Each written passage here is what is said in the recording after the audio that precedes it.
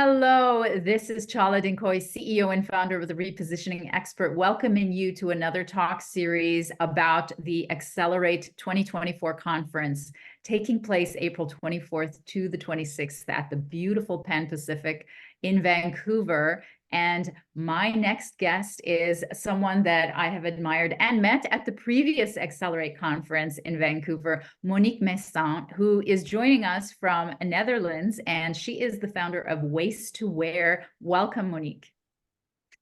Well, thank you. Welcome. Very happy to be here, Chala, and to meet you again. Very excited. Absolutely. So tell us, I still have that bag that you gave us at that conference from Waste to Wear, and it's like will be probably with my grandkids. It's so durable. So tell us what Waste to Wear is. Well, Waste to Wear is a company that makes innovative textile products from recycled plastics. So not only from recycled plastic bottles, which is now more commonly known, but also from plastic that maybe people don't think about, like the plastic which is inside of your refrigerator, or the plastic inside of your washing machine, or the plastics from air conditionings, or the food containers that you order when you order online.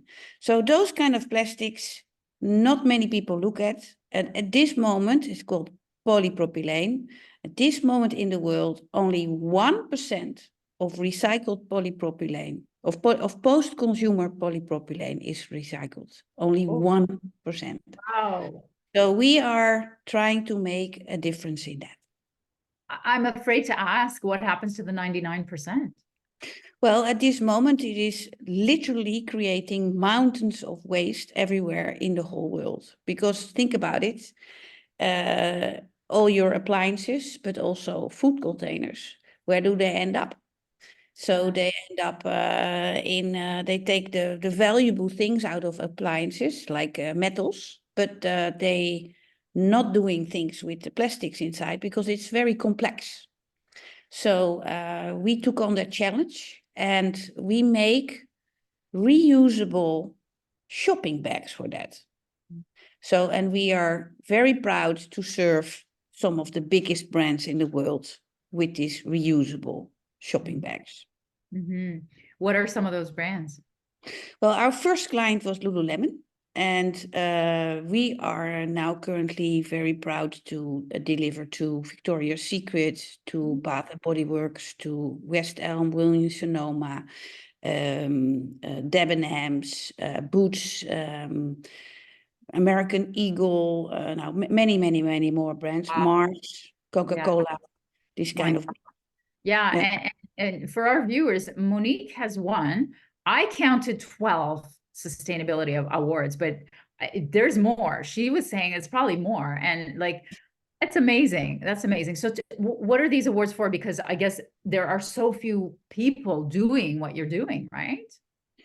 Well, I'm very happy that more and more people are really taking action, and more people and companies are really start doing things, and some are expanding doing things. So that's a good thing. But we were one of the first, I would say, to really go into this space about I think almost 2 decades ago. And that we started to look at it. And I think in 2016, we launched our first products. So the awards we won mainly for the supply chain solutions that we have given in the recycling industry, because we created a unique traceability system to prove that the content of the product that you buy is really made from recycled material, because that's a very big issue. A lot of people are claiming that things are greenwash. Greenwash, or actually worse than that. So saying it's totally not right. But so we are proving that by having a QR code and a barcode on every item, on every step in the supply chain. So we start from feedstock, if that is plastic bottles, or if that is the inside of plastics from appliances. We weigh that, we scan that on a certain date, which is registered with a certain amount, the kilos that we are using, on a geolocation, which is so clear that with Google Maps you can see where it's done. So then you cannot say that I did this, but it is done in subcontracting. So that's also helping. And then it's done only with partners in the supply chain that are sustainable in a way that they are compliant and have all the certifications needed also for social compliance. And this whole combination we lock in a unique blockchain where we lock that all these information down with a photo. And so then, yeah, this cannot be not real. And a lot of companies, mostly the very big ones, they cannot afford that if they say something that is not real. Yeah. So the most awards we get for our supply chain solution, and of course the latest awards for the last 2 years we got from our solution to look into post-consumer recycled polypropylene, because nobody is looking at that in this way and making usable products out of it and solving a single-use plastic problem, single-use plastic bags. We are making them into reusable plastic bags. Mm. And the next step of our journey is that we are now working on creating a factory where we are taking back at a certain moment these reusable bags and then reuse them and make them again into bags, so that we really make sure that also these reusable bags, which are stronger and on average they will be used about 14 times, that's the experience that we have. But then, of course, either they are broken or they are dirty or you don't want them anymore, you have too many, then you can come back, give them to the shop. We make sure that they are collected, we are taking them back, and we are remaking them into new bags. Oh my God. I'm just fascinated by your brain. Did you just one day wake up, when you were in your 20s or, and say, I'm going to save the world and I'm going to remake bags? Like, how did this all start? Well, definitely didn't start with bags. It started with the fact that we come from tech. I'm a textile engineer, so we come from textiles, and at a certain moment in time, people maybe forgotten that around 2006 or something, the price of oil, which is the base of one of the biggest used textile yarns out there, which is polyester, was so high that you could not use that anymore to make like stuffing for toys or to make for like all kind of low-level products out of it. So then people started, I'm not the inventor, people started to look at solutions and found that from plastic bottles, the base of plastic bottles is actually the same base as polyester. So if you shred them and then you melt it, you can actually create polyester out of it, which was then cheaper than if you would make virgin. Now, this is now not anymore the case. I think that in the future, with oil prices going up, because we should not be using that anymore, that should be similar. But but at the moment, there is so much plastic out there that we don't need to use oil to make new bottles even, but also to make to use it for new polyester. Yeah. So I started to look at that and thought, wow, this is something that finally the textile industry can do something good, because generally speaking, Yeah. textile industry is not a good industry. Right? Right. It's very bad for the environment. Guilty. And very often also bad for in a humanitarian way. Right. So, but the level of quality of what at that moment could be made out of plastic bottles was very low. So thick, dark yarns. So I thought, let's see what can be done here. And that is what we did for years, to do tests, to improve, to increase the level to something of which you say, oh my God, this is so beautiful. It looks like silk, but then Wow. it's made from old plastic bottles. And in that journey, I, of course, came very often in contact with our partners on the waste management. And then I saw there are so many other plastics out of there where nobody is looking at. Mhm.